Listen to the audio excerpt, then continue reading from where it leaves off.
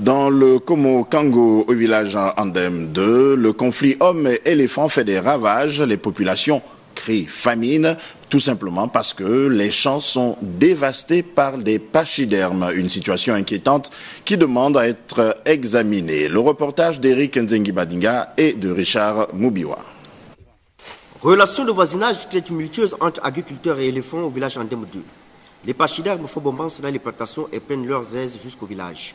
Les bouses attestent de leur présence. On subit les incursions des éléphants tous les jours. Tous les jours et franchement, bon, on ne sait plus à quel sein se vouer. On ne peut plus se nourrir, on ne peut plus vendre. On investit pour vendre, on investit pour se nourrir. Mais malheureusement, les éléphants font tout pour que l'on se décourage. On n'investit plus désormais que pour les éléphants, pour nourrir les éléphants. Et si je n'avais pas fait ce site assez grand, si je n'avais pas plus de 2 hectares de bananiers, ils auraient tout décimé et aujourd'hui je serais à terre, c'est-à-dire que tout l'investissement que j'aurais mis serait complètement à l'eau.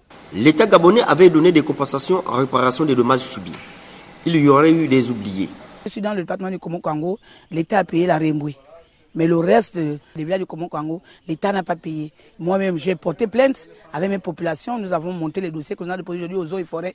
Malheureusement, ça n'a pas abouti.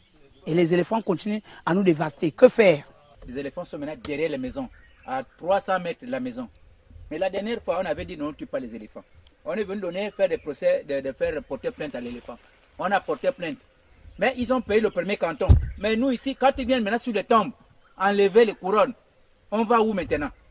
Avec ça, nous nourrissons nos enfants. Si je vends 2 régimes, je dois payer un cahier et la rentrée scolaire des enfants. Et je fais comment? Vous voyez ce que nous sommes. On n'a plus rien à manger. C'est avec ça que nous mangeons.